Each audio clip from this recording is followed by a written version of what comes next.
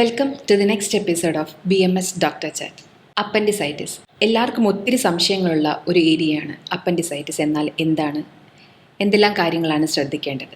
ഇന്ന് നമ്മളോടൊപ്പം ഉള്ളത് തൊടുപുഴ ബേബി മെമ്മോറിയൽ ഹോസ്പിറ്റലിലെ consultant general and laparoscopic surgeon doctor Chris Thomas ആണ്. Welcome sir. Thank you. Sir, എന്താണ് അപ്പൻഡിസൈറ്റിസ് എന്ന് പറഞ്ഞാൽ? അപ്പൻഡിസൈറ്റിസ് എന്ന് പറഞ്ഞാൽ നമ്മുടെ ശരീരത്തിലുള്ള നമ്മുടെ കുടലിൻ്റെ ഭാഗമായിട്ടുള്ള ചെറിയൊരു ഔട്ട് പൗച്ചിങ് എന്ന് തന്നെ പറയാം. അത് വൻകുടലും ചെറുകുടലും വന്ന് ജോയിൻ ചെയ്യുന്ന ഭാഗത്ത് കാണുന്ന ഒരു വേം ഷേപ്പ് ഒരു ഓർഗനാണ് അത് അപ്പൻഡിക്സ്. അപ്പം ഇതിന് വരുന്ന നീർക്കെട്ടിന് അല്ലെങ്കിൽ ചെറിയൊരു ഇൻഫെക്ഷൻ അല്ലെങ്കിൽ നീർക്കെട്ടിനെയാണ് നമ്മൾ അപ്പൻഡിസൈറ്റിസ് എന്ന് പറയുന്നത്. ഓക്കെ, അപ്പൻഡിക്സ് എന്ന് പറയുന്ന ഓർഗൻ അഫക്റ്റ് ചെയ്യുന്ന ഒരു നീർക്കെട്ട് അല്ലെങ്കിൽ ഇൻഫ്ലമേഷൻ, അതിനെയാണ് അപ്പൻഡിസൈറ്റിസ് എന്ന് പറയുന്നത്. ഈ അപ്പൻഡിക്സ് എന്ന് പറയുന്ന ഈ ഓർഗൻ എന്തിനു വേണ്ടി നിലനിൽക്കുന്നതാണ്? അപ്പൻഡിക്സ് എന്ന് പറയുന്ന ഓർഗൻ പണ്ട് നമ്മൾ പറഞ്ഞുകൊണ്ടിരുന്നത് ഒരു വെസ്റ്റീജിയൽ ഓർഗൻ എന്നായിരുന്നു. അതുകൊണ്ട് ഇപ്പം പ്രത്യേകിച്ച് യൂസ് ഒന്നും ഇല്ല എന്ന രീതിയിലായിരുന്നു അതിനെക്കുറിച്ച് പറഞ്ഞുകൊണ്ടിരുന്നത്. പക്ഷേ പുതിയ സ്റ്റഡീസൊക്കെ വരുന്നുണ്ട്. അതിനൊരു ഇമ്മ്യൂണോളജിക്കൽ ഫങ്ഷൻ, അതായത് നമ്മുടെ രോഗപ്രതിരോധ ശക്തിക്ക് അത് ഒരു റോളുണ്ട് എന്നാണ് അതിൽ പറയുന്നത്. രണ്ടാമത്തെ കാര്യം, അത് നമ്മുടെ കുടലിലുള്ള ഗട്ട് ബാക്ടീരിയൽ ഫ്ലോറ, അതായത് കുടലിലുള്ള ഒരു ബാക്ടീരിയയ്ക്കുള്ള ഒരു റിസർവോയറായിട്ടും ഈ അപ്പൻഡിക്സ് ആക്ട് ചെയ്യാറുണ്ട്. അതായത് നല്ല കുറച്ച് ബാക്ടീരിയാസ് വേണം നമ്മുടെ കുടലിൻ്റെ ദഹനശേഷി വർദ്ധിപ്പിക്കാനൊക്കെ ആയിട്ട്. അപ്പം അത് പ്രൊവൈഡ് ചെയ്യാനും അതിൻ്റെ റിസർവോയറുമായിട്ടും ഈ അപ്പൻഡിക്സിന് റോളുണ്ട്. പിന്നെ ഈ പറഞ്ഞ പോലെ ഇമ്മ്യൂണിറ്റി, പറഞ്ഞല്ലോ, രോഗപ്രതിരോധ ശക്തിക്ക് അതൊരു റോളുണ്ട് എന്നാണ് പുതിയ കണ്ടുപിടുത്തങ്ങൾ പറഞ്ഞുകൊണ്ടിരിക്കുന്നത്. അപ്പം ഈ അപ്പൻഡിസൈറ്റിസ് വരാൻ വേണ്ടിയിട്ട് ട്രിഗർ ചെയ്യുന്ന കാര്യങ്ങളെല്ലാം ഇതിൽ ഏതെങ്കിലും ഒരു പെർട്ടിക്കുലർ ഏജിലാണോ വരുന്നത്? കുട്ടികളിൽ കാണുന്നതുണ്ട്, മുതിർന്നവരിൽ കാണുന്നുണ്ട്. അപ്പം അതെന്താണ് ട്രിഗർ ചെയ്യുന്ന ഒരു കാര്യം? നമ്മളിപ്പോൾ ഒരു അസുഖം പറയുമ്പോൾ നമുക്ക് അസുഖങ്ങൾ, ഈ അപ്പൻഡിസൈറ്റിസ് എന്ന് പറയുന്ന അസുഖം ഏത് ഏജിൽ വേണമെങ്കിലും വരാം. പക്ഷേ നമ്മളത് കൂടുതലായിട്ട് കാണുന്നത് ഒരു 5 മുതൽ 45 വയസ്സ് വരെ പ്രായത്തിലുള്ള ഒരു ഏജ് ഗ്രൂപ്പിലാണ് പൊതുവെ അപ്പൻഡിസൈറ്റിസ് കാണുന്നത്. ഇതിൽ തന്നെ ഒരു 20 മുതൽ 30 വയസ്സിൻ്റെ ഇടയ്ക്കാണ് കൂടുതൽ കേസുകൾ നമ്മൾ കാണുന്നത്. അതിപ്പോൾ ഒരു 5 വയസ്സുള്ള കുട്ടിക്കും വരാം, 70 വയസ്സുള്ള ഒരാൾക്കും വരാം. പക്ഷേ നമ്മൾ കൂടുതൽ മെയിൻ ഏജ് ഗ്രൂപ്പ് എന്ന് പറയുമ്പോൾ ഒരു 20 മുതൽ 30 വയസ്സ് വരെയുള്ള ഏജ് ഗ്രൂപ്പിലാണ് കൂടുതലായിട്ടും അപ്പൻഡിസൈറ്റിസ് കാണപ്പെടാറ്. ഇതിന്റെ ഈ പ്രധാന ലക്ഷണങ്ങൾ എന്ന് പറഞ്ഞാൽ വയറുവേദനയൊക്കെ പറയാറുണ്ട്. അപ്പം എന്തോ വലത് സൈഡിലുള്ള വയറുവേദന നോട്ട് ചെയ്യണം, കൂടുതൽ ടേക്ക് കെയർ ചെയ്യേണ്ടതാണ് എന്ന് പറയുന്നുണ്ട്. അപ്പം എന്താണ് ഇതിന്റെ ലക്ഷണങ്ങൾ, എന്താണ് നമ്മൾ ശ്രദ്ധിക്കേണ്ടത്? നമ്മൾ പറയുകയാണെങ്കിൽ ഇതും ഏജ് ഡിപ്പെൻഡൻ്റ് ആയിട്ടുള്ള ഒരു ഫാക്ടറാണ്. പൊതുവേ ഉള്ള ഒരു ലക്ഷണങ്ങൾ എന്ന് പറയുമ്പോൾ ആദ്യം പെട്ടെന്ന് വയറ് വേദനയാണ് വരുന്നത്. അതും വരുന്നത് നമ്മുടെ പൊക്കിൾക്കൊടിയുടെ ആ ഒരു ഏരിയയിലാണ് ആദ്യം തുടക്കം വേദന വരുന്നത്. അതിനുശേഷം അത് മൈഗ്രേറ്റ് ചെയ്ത് റൈറ്റ് സൈഡിലേക്ക്, നമ്മുടെ വലതുവശത്തേക്ക് മാറുന്ന ടൈപ്പ് ഒരു പെയിനാണ് പറയാറ്. അതിനുശേഷം നമുക്ക് പെയിൻ ആദ്യം വരും, അത് കഴിഞ്ഞിട്ട് ചിലപ്പോൾ ഛർദിയിലായിട്ട് വരാം, അതിനുശേഷം ടെമ്പറേച്ചറായിട്ട് പ്രസൻറ്റ് ചെയ്യാം. ശരി, അപ്പം ഈ കുട്ടികളിലും ഇതേ ലക്ഷണങ്ങൾ തന്നെയാണോ കാണിക്കുക, അതോ മുതിർന്നവരിലും കുട്ടികളിലും ലക്ഷണങ്ങളിൽ കാണിക്കുന്നതിൽ ഒത്തിരി വ്യത്യാസങ്ങൾ? ഒത്തിരി വ്യത്യാസം എന്ന് പറയുന്നതിനേക്കാളും നല്ലത് നമുക്കിപ്പം കുട്ടികളാകുമ്പം അവരുടെ ലക്ഷണങ്ങൾ അവർ വ്യക്തമായിട്ട് പറഞ്ഞു എന്ന് വരത്തില്ല. ഒരു 5 വയസ്സുള്ള കുട്ടി ചിലപ്പോൾ പറയുന്നത് വയറ് മുഴുവൻ വേദന, അങ്ങനെയായിരിക്കും പറയുന്നത്. അല്ലെ അവർക്ക് ഛർദ്ദിക്കാൻ വരുന്നു, അല്ലെ ഛർദിലുണ്ട്, ഇങ്ങനെയൊക്കെ ആയിരിക്കും നമുക്ക് വരുന്നത്. പൊതുവേ ഈ കേസ് വരുന്നത് നമുക്ക് കാണുന്നത് എമർജൻസി ഡിപ്പാർട്ട്മെൻറ്റിലായിരിക്കും. അപ്പോൾ വരുന്നത് കുട്ടിക്ക് വയറ് മുഴുവൻ വേദനയായിട്ടൊക്കെ ആയിരിക്കും അവർ പ്രസൻറ്റ് ചെയ്യുന്നത്. അതുകൊണ്ട് തന്നെ ഇതിൻ്റെ ഒരു പ്രശ്നവും ഇവിടെ തന്നെയാണ്. കുഞ്ഞു കുട്ടികളിൽ ചിലപ്പം ഇത് മിസ്ഡയഗ്നോസ് ചെയ്ത് പോകാനും സാധ്യതയുണ്ട്. മറ്റു ക്ലിനിക്കിൽ നിന്നൊക്കെ വരുന്ന പേഷ്യൻറ്റ് നമ്മൾ കാണാറുണ്ട്. 2 ദിവസം വയറുവേദന എടുത്ത് കുട്ടിക്ക് ചിലപ്പോൾ ഇത് മിസ്സായി പോകുന്ന ഒരു കണ്ടീഷനും കാണാറുണ്ട്. അതുപോലെ തന്നെയാണ് പ്രായമായവർക്കും, ഒരു 70 വയസ്സ് കഴിഞ്ഞ ആൾക്കാർക്കും അവർ ചെറിയ വയറുവേദനയൊക്കെ അവർ മൈൻഡ് ചെയ്യുകയില്ല. അപ്പം അവരും വരുന്നത് കുറച്ചും കൂടെ ലേറ്റ് ആയിട്ടായിരിക്കും ഇത് പ്രസൻറ്റ് ചെയ്യുന്നത്. പക്ഷേ ഞാൻ പറഞ്ഞല്ലോ, ഒരു 20 മുതൽ 30 വയസ്സുള്ള ആൾക്കാരിൽ ടിപ്പിക്കലി ഈ പറഞ്ഞ ലക്ഷണമായിരിക്കും പ്രസൻറ്റ് ചെയ്യുന്നത്. പിന്നെ അതിൻ്റെ കൂടെ വരുന്ന ഒരു സിംറ്റം എന്ന് പറയുന്നത് അവർക്ക് തീരെ വിശപ്പുണ്ടാവില്ല. വിശപ്പ് കുറവാണ് രണ്ടാമത്തെ മേജർ സിംറ്റം. അനോറെക്സിയ എന്നാണ് നമ്മളതിന് പറയുന്നത്. അവർക്ക് വിശക്കില്ല, അവർക്കൊന്നും കഴിക്കാൻ തോന്നുന്നില്ല.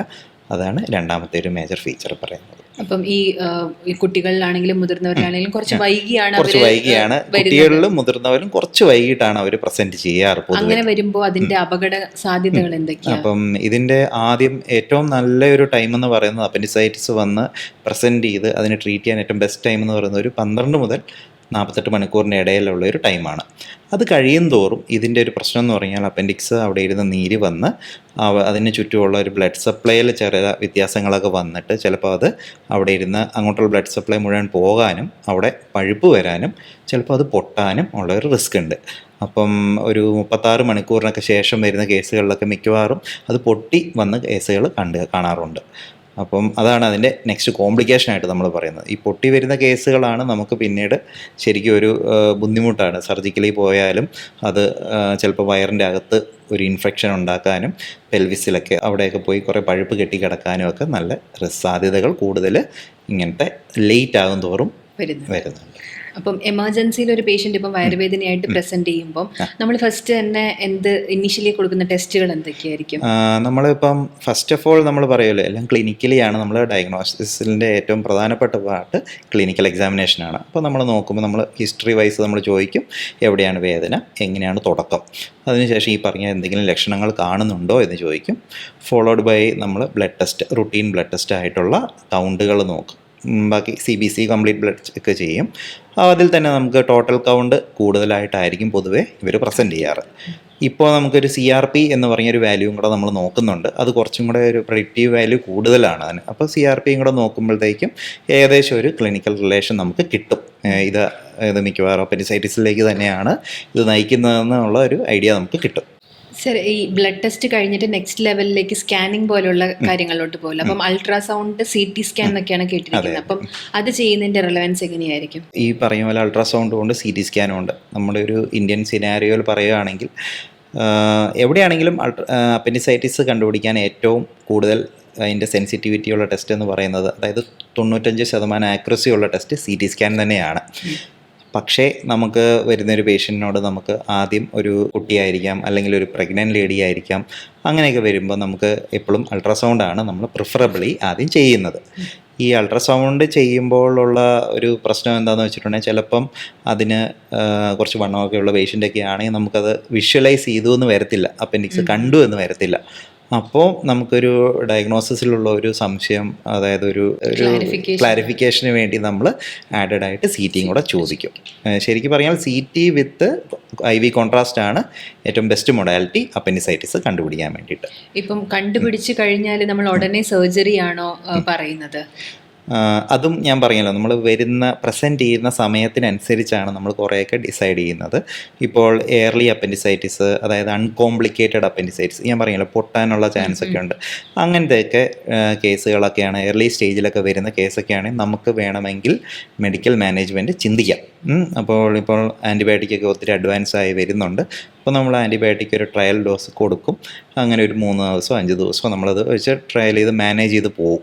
അപ്പം അതിൽ പേഷ്യൻ്റ് 2-3 ദിവസം നമ്മൾ നോക്കുകയാണ്, വലിയ പ്രശ്നമൊന്നും കാണുന്നില്ല, ഇമ്പ്രൂവ് ചെയ്ത് വരികയാണ് കണ്ടീഷൻ, അതായത് ആ പുള്ളിക്കാരൻ്റെ നീർക്കെട്ട് കുറഞ്ഞു വരുന്ന ഒരു കണ്ടീഷനൊക്കെയാണ് നമ്മൾ മെഡിക്കൽ മാനേജ്മെൻറ്റിൽ നമ്മളതങ്ങോട്ട് മാനേജ് ചെയ്ത് പോകാൻ നോക്കും. പക്ഷേ ഇതിൻ്റെ ഒരു റിസ്ക് എന്ന് പറയുന്നത്, ഈ മെഡിക്കൽ മാനേജ്മെൻറ്റ് ചെയ്തു പോയാലും അവർക്ക് ഭാവിയിൽ ഇത് രണ്ടാമതൊരു ഇത് റിപ്പീറ്റഡായിട്ട് വരാനുള്ള ഒരു റിസ്ക് ഉണ്ട്. അപ്പം നമ്മൾ ഫൈനലി സർജിക്കലി തന്നെ എൻഡപ്പ് ചെയ്യും.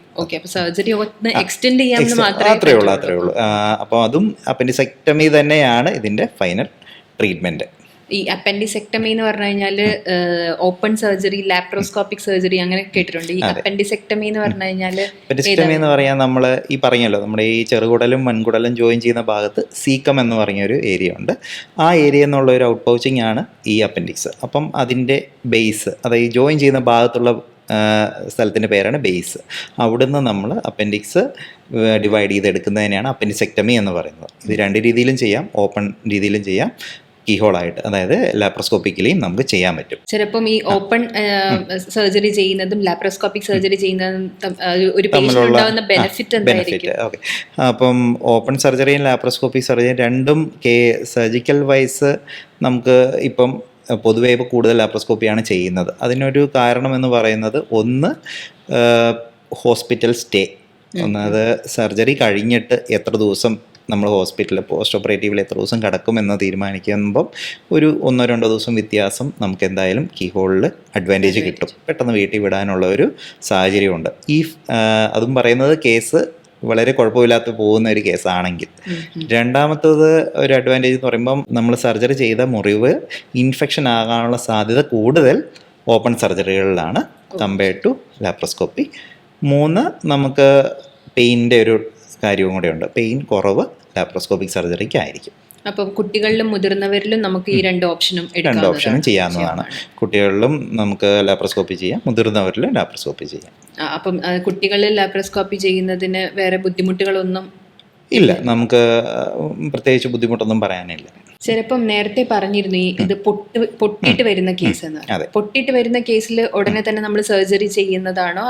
അതിന്റെ ഒരു എന്താ പറയുക അപകടാവസ്ഥ എന്ന് പറയുന്നത് എങ്ങനെയായിരിക്കും? നമ്മൾ ഇപ്പം ഒരുപാട് ദിവസമായി പൊട്ടി ഈ പേഷ്യൻ്റെ സിംറ്റംസ് ഒക്കെ പറഞ്ഞിട്ട് ഒരു 3-4 ദിവസം അല്ല 5 ദിവസം കഴിഞ്ഞ കേസൊക്കെ ആണെങ്കിൽ നമ്മൾ പേഷ്യൻ്റെ ജനറൽ കണ്ടീഷൻസ് നോക്കും. അപ്പോൾ ഒരു എൽഡർലി ആയിട്ട് ഒരാൾ വരികയാണ്, അത് പൊട്ടിയിട്ടാണ് വന്നേക്കുന്നത്, പേഷ്യൻ്റ് കുറച്ച് സെപ്സിസിലാണെന്ന് നമുക്ക് തോന്നുകയാണ്, അല്ലെങ്കിൽ പേഷ്യൻറ്റിന് കണ്ടീഷൻ കുറച്ച് വീക്കായിട്ട് തോന്നുകയാണെങ്കിൽ നമ്മൾ എളുപ്പം ആ പഴുപ്പെടുത്ത് കളയുക എന്നുള്ളൊരു ഇതിലേക്കാണ് നമ്മൾ ചിന്തിക്കുന്നത്. അതിനാണ് നമ്മൾ ഇൻ്റർവെൻഷൻ റേഡിയോളജി എന്ന് പറയുന്ന വിഭാഗം കൂടെയുണ്ട്. അവരുമായിട്ട് കോറിലേറ്റ് ചെയ്തിട്ട് നമ്മളവിടെ ചിലപ്പം പഴുപ്പ് മാത്രം ഡ്രെയിൻ ചെയ്ത് തൽക്കാലം ആ ഒരു ഇൻഫ്ലമേഷൻ കുറയ്ക്കാനുള്ള വഴി നമ്മൾ നോക്കും. ഫോളോഡ് ബൈ ഒരു 6 വീക്സ് കഴിഞ്ഞിട്ട് നമ്മൾ ഇൻട്രവൽ അപ്പൻഡിസെക്ടമി, അതായത് ഇത് തന്നെ നമ്മൾ എന്തായാലും ഓർഗൻ ഇതെടുത്ത് കളയണം, അപ്പൻഡിക്സ് എടുത്ത് കളയണം. അത് നമ്മളൊരു 6 ആഴ്ചയോ അല്ലെങ്കിൽ 10 ആഴ്ച കഴിഞ്ഞിട്ട് നമ്മളത് ചെയ്യും. ഇപ്പം ഈ പൊട്ടിയ കേസൊക്കെ വരുമ്പോഴത്തേക്കും അവർക്ക് എന്ത് സിംറ്റമാണ് കാണിക്കുന്നത്? പൊട്ടിയ കേസ് വരുമ്പോഴത്തേക്കും മിക്കവാറും പനിയായിരിക്കും വരുന്നത്, അതുപോലെ കലശലായ വയറുവേദന വരും, പിന്നെ ജനറലി അവർക്ക് ക്ഷീണം, തളർച്ച, അങ്ങനത്തെ കണ്ടീഷനൊക്കെയാണ് പൊതുവെ പ്രസൻറ്റ് ചെയ്യാറ്. പിന്നെ നമ്മൾ നോക്കുമ്പോൾ ലാബ് നോക്കുവാണെങ്കിൽ നമുക്ക് കൗണ്ട് ഒത്തിരി കൂടുതലായിരിക്കും, അല്ലെങ്കിൽ CRP ഒത്തിരി കൂടുതലായിരിക്കും. മിക്കവാറും അങ്ങനെയാണ് നമ്മൾ പ്രസൻറ്റ് ചെയ്ത് കണ്ടിട്ടുള്ളത്. ബേസിക്കലി ഈ അപ്പൻഡിസൈറ്റിസ് എന്ന് പറയുന്ന ഈ ഒരു ഇൻഫ്ലമേഷൻ, ഒരു വീക്കം വരാനുള്ള കാര്യങ്ങൾ എന്താണ്? അതിൻ്റെ ഭക്ഷണത്തിൻ്റെ ആണോ, ജീവിതശൈലി, എന്തെങ്കിലും ഒരു ഫാക്ടർ ആയിരിക്കുമല്ലോ? അതെ, അപ്പോൾ നമ്മൾ ഇതുപോലെ തന്നെ പല സ്റ്റഡീസും നടന്നിട്ടുണ്ട്. അപ്പോൾ അതിൽ നിന്ന് പറയുന്നത് മിക്കവാറും ഭക്ഷണമായിട്ടൊരു ബന്ധമുണ്ട് എന്ന് തന്നെയാണ് ഇപ്പോഴത്തെ ലേറ്റസ്റ്റ് സ്റ്റഡീസൊക്കെ പറയുന്നത്. ഒന്ന്, നമ്മൾ ഫൈബർ കുറഞ്ഞുള്ള ഭക്ഷണങ്ങൾ കഴിക്കുക, മൈദ അങ്ങനത്തെ സാധനങ്ങൾ. ഇപ്പോൾ കുട്ടികളിലാണെങ്കിൽ തന്നെ നമ്മൾ ചോദിക്കുകയാണെങ്കിൽ അവർ ഒരുപാട് ബിസ്ക്കറ്റ് കഴിക്കും, പൊട്ടാറ്റോ ചിപ്സ് കഴിക്കും, അങ്ങനെയൊക്കെ ഹിസ്റ്ററികളാണ് അവർക്ക് പൊതുവെ പറയാറ്. അപ്പം അതുമായിട്ട് വരുമ്പോൾ കോൺസ്റ്റിപ്പേഷൻ കുട്ടികൾക്ക് കാണാറുണ്ട്. അങ്ങനെയുള്ള പിള്ളേരിൽ കുറച്ച് അധികമായി ഇത് കണ്ടിട്ടുണ്ട്. അപ്പം സാർ പറയുകയാണെങ്കിൽ ജീവിതശൈലിയിലെ മോഡിഫിക്കേഷൻസ്, അതെ, ഡെഫിനറ്റ്ലി കുറച്ച് നാര് കൂടുതലുള്ള ഭക്ഷണങ്ങൾ കഴിക്കുക, വെജിറ്റബിൾസ് കൂടുതൽ കഴിക്കുന്നവരിലൊക്കെ കുറച്ചും കൂടെ ഒരു ലൈക്ലി ഇത് ബെറ്റർ ഔട്ട്കം കാണാറുണ്ട്. ശസ്ത്രക്രിയ കഴിഞ്ഞിട്ട് അവർക്ക് ബാക്ക് ടു നോർമൽ ലൈഫ് വരുമ്പോൾ അവർക്ക് വ്യായാമം ചെയ്യാം, അങ്ങനത്തെ ബുദ്ധിമുട്ടുകളൊന്നും ഉണ്ടാവില്ല. അവിടെയും നമ്മൾ ഈ ലാപ്രോസ്കോപ്പി വേഴ്സസ് ഓപ്പൺ സർജറി തമ്മിലുള്ളൊരു വ്യത്യാസം പറയുകയാണെങ്കിൽ, കീഹോൾ കഴിഞ്ഞിട്ട് നമ്മൾ ലാപ്രോസ്കോപ്പി കഴിഞ്ഞ് പോകുന്ന പേഷ്യൻസോട് നമ്മൾ പറയും നെക്സ്റ്റ് ഡേ തൊട്ട് എണീറ്റ് നടക്കാനൊക്കെ പറയും. അവർക്ക് ഡെയിലി ആക്ടിവിറ്റീസിലേക്ക് പതുക്കെ സ്റ്റെപ്പ് ബൈ സ്റ്റെപ്പ് കയറി വരാൻ പറ്റും. 2 വീക്സ് കഴിഞ്ഞിട്ട് നോർമൽ ആക്ടിവിറ്റീസൊക്കെ ചെയ്യാൻ നമ്മൾ പറയും. ഓപ്പൺ ആകുമ്പോൾ നമ്മൾ കുറച്ചും കൂടെ അധികം ശ്രദ്ധിക്കണം, കാരണം നമ്മൾ കുറച്ച് വലിയ മുറിവ് തന്നെയാണ് ഉണ്ടാക്കുന്നത്, ഒരു 5 to 8 സെൻറ്റിമീറ്റർ സൈസ് മുറിവാണ് ഉണ്ടാക്കുന്നത്. അപ്പം അവരോട് കുറച്ചധികം ശ്രദ്ധിക്കാനും നമ്മൾ പറയാറുണ്ട്. എനിവേ ഒരു 2 വീക്സ് കഴിഞ്ഞിട്ട് നോർമൽ ആയിട്ട് മാറാം സ്പോർട്സ് ഒക്കെ ചെയ്യാന്നൊക്കെ തന്നെയാണ് പറയുന്നത്. അതെ. ചിലപ്പം ശസ്ത്രക്രിയ കഴിഞ്ഞതിന് ശേഷം പേഷ്യൻസ് ഭക്ഷണത്തിൽ കുറച്ചും കൂടെ ഒന്ന് ശ്രദ്ധിച്ച് കഴിക്കേണ്ടി വരുമല്ലോ. അതിനെന്താ അഡ്വൈസാ സാർ കൊടുക്കാറുള്ളത്? നമ്മൾ പറയാറ് അവരോട് ദഹിക്കാൻ എളുപ്പമുള്ള ഭക്ഷണങ്ങൾ കഴിക്കാൻ തന്നെയാണ് നമ്മൾ പറയുന്നത്. പൊതുവെ വീട്ടിലുണ്ടാക്കുന്നതും അരി ഭക്ഷണങ്ങൾ, നാര് കൂടുതൽ ഉള്ള ഭക്ഷണങ്ങൾ, വെജിറ്റബിൾസ് കഴിക്കാനാണ് പൊതുവേ നമ്മൾ അഡ്വൈസ് ചെയ്യാറ്. നോൺ വെജ് കഴിച്ചുകൊണ്ട് കുഴപ്പമുണ്ടെന്നല്ല, പക്ഷേ നമ്മൾ ദഹിക്കാൻ എളുപ്പമുള്ള ഭക്ഷണങ്ങൾ കഴിക്കുക, കാരണം മറ്റുള്ള പ്രശ്നങ്ങളിലേക്ക് പോകാതിരിക്കാൻ വേണ്ടി കൂടെയാണ് നമ്മളത് അഡ്വൈസ് ചെയ്യാറ്. അപ്പോൾ ആദ്യത്തെ കുറച്ച് നാളിലേക്ക് നമ്മളൊരു ബ്ലാൻഡ് ഡയറ്റാണ് സപ്പോർട്ട് കൊടുക്കുന്നത്. ഒരു 3 to 5 days നമ്മൾ മെഡിസിൻ കൊടുത്താണ് നമ്മൾ വിടുന്നത്. ചെറിയ പെയിനും ചിലപ്പോൾ ഒരു ആൻറ്റിബയോട്ടിക് കവറേജ് നമ്മൾ കൊടുക്കാറുണ്ട് ചില കേസുകളിൽ. ഡിപ്പെൻസ് ഓൺ എങ്ങനെയായിരുന്നു അപ്പൻഡിസൈറ്റിസ് വന്നത്, എങ്ങനെയാണ് അതിൻ്റെ ഔട്ട്കം, സർജിക്കലി എങ്ങനെയായിരുന്നു, അനുസരിച്ച് നമ്മൾ ആൻറ്റിബയോട്ടിക് കൊടുക്കണോ വേണ്ടയോ എന്നുള്ളത് നമ്മൾ തീരുമാനിക്കും. ചെറിയ അപ്പൻഡിക്സ് വലുതാവുന്ന ഒരു ഇൻഫ്ലമേഷൻ എന്ന് പറഞ്ഞല്ലോ, അപ്പോൾ അതിന്റെ സൈസിനനുസരിച്ചിട്ട് ഇതിന്റെ ബുദ്ധിമുട്ടുകൾ, അതുപോലെ തന്നെ ഇത് ക്യാൻസറസ് ആവാനുള്ള ഒരു ചാൻസ്, അതിനെ ഒന്ന് വിലയിരുത്താൻ പറ്റും? അപ്പം നമ്മൾ ഇതിപ്പോൾ പറയുമ്പോൾ ആണെങ്കിൽ നമ്മളൊരു എൽഡർലി ആയിട്ടൊരാൾ വരികയാണ്, ഒരു ഫോർ എക്സാമ്പിൾ ഒരു 50 വയസ്സ് കഴിഞ്ഞ ഒരാൾ ഇതേ സിംറ്റംസ് ഒക്കെ ആയിട്ട് വരികയാണ്, ഒരു അപ്പൻഡിസൈറ്റിസിൻ്റെ ഫീച്ചേഴ്സ് ഒക്കെ ആയിട്ട് വരികയാണെങ്കിൽ നമ്മളൊരു കുറച്ചും കൂടി ഒരു എക്സ്ട്രാ കോഷ്യസ് ആയിട്ടായിരിക്കും നമ്മളത് ഡീൽ ചെയ്യുന്നത്. അപ്പം അവരോട് പറയും ഒരു CT സ്കാന് വിത്ത് കോൺട്രാസ്റ്റ് എടുക്കാൻ പറയും. കാരണം അവരിൽ ഈ ഒരു യൂഷ്വൽ ഏജ് ഗ്രൂപ്പ് ഞാൻ പറഞ്ഞല്ലോ, ഒരു 55 to 45 years ആണ് ഞാൻ പറഞ്ഞത്. അതിൽ മുകളിൽ പോകുമ്പോൾ നമുക്ക് കുറച്ചും കൂടെ എക്സ്ട്രാ കോഷ്യസ് ആയിരിക്കണം. ഇത് വേറെ എന്തെങ്കിലും ആകാൻ സാധ്യതയുണ്ടോ, ഇത് ഒരു ട്യൂമറായി ഡെവലപ്പ് ചെയ്യാനുള്ള സാധ്യതയുണ്ടോ, അത് ഒരു ഈ പറഞ്ഞ പോലെ ക്യാൻസറസ് ആകാനുള്ള ഒരു സാധ്യതയുണ്ടോ എന്നും കൂടെ നമ്മൾ ചിന്തിക്കണം കൂടെ. കാരണം അങ്ങനത്തെ കേസുകൾ കണ്ടിട്ടുണ്ട്. അങ്ങനെയാണെങ്കിൽ അതിൻ്റെ ട്രീറ്റ്മെൻറ്റിൽ മാറ്റങ്ങൾ അതിനനുസരിച്ച് നമ്മൾ മാറണം. ജസ്റ്റ് ഒരു അപ്പൻഡിസെക്ടമി തന്നെ ആകാതെ കുറച്ചും കൂടെ അഡ്വാൻസ് ആയിട്ട് ചിലപ്പം കുടലിൻ്റെ ആ ഭാഗം കൂടി എടുത്ത് മാറ്റേണ്ട കേസുകളും നമ്മൾ കണ്ടിട്ടുണ്ട്, വരാറുണ്ട്. അപ്പം നമുക്കിപ്പം എല്ലാ പേഷ്യൻസും തന്നെ മുമ്പേ റിപ്പോർട്ട് ചെയ്യുന്ന കൂട്ടത്തിലാണോ, അതോ ഇതുപോലെ? അല്ല, നമ്മൾ ചില കേസുകൾ നമ്മൾ കണ്ടിട്ടുള്ളത് അപ്പൻഡിസെക്ടമി കഴിഞ്ഞ് പോയിട്ട് ഈവൻ 2 weeks കഴിഞ്ഞിട്ട് അവരുടെ ബയോപ്സി റിപ്പോർട്ടായിട്ട് വരുമ്പോഴായിരിക്കും ചിലപ്പോൾ ഇങ്ങനെ റിപ്പോർട്ടും കാണാറ്. ചിലപ്പം ഇതിൻ്റെ ലക്ഷണങ്ങളുണ്ട് എന്ന് അവരുടെ ഇവാലുവേഷനിൽ നമുക്ക് മനസ്സിലാവും. അങ്ങനെ കേസുകൾ മാറാറുണ്ട്. പിന്നെ എല്ലാ അപ്പൻഡിസൈറ്റിസും എല്ലാ സർജറികളും ഒരുപോലെയല്ല. ചില കേസുകൾ അതിനനുസരിച്ച് ഡിഫിക്കൽട്ടീസ് വരാറുണ്ട്. അപ്പോൾ അതിനനുസരിച്ച് സർജിക്കലി ചിലപ്പോൾ നമ്മൾ മോഡിഫൈ ചെയ്തിട്ടായിരിക്കും നമ്മൾ അതിനെ മാനേജ് ചെയ്യുന്നത്. ചിലപ്പം അപ്പൻഡിക്സ് ഉള്ള പേഷ്യൻസിന് സാറിന് കൊടുക്കാനുള്ളൊരു ടിപ്പ് എന്തായിരിക്കും? ആദ്യം തന്നെ ഇതാണ്, ഒരുപാട് ഡിലേ ആക്കരുത് ട്രീറ്റ്മെൻറ്റ്.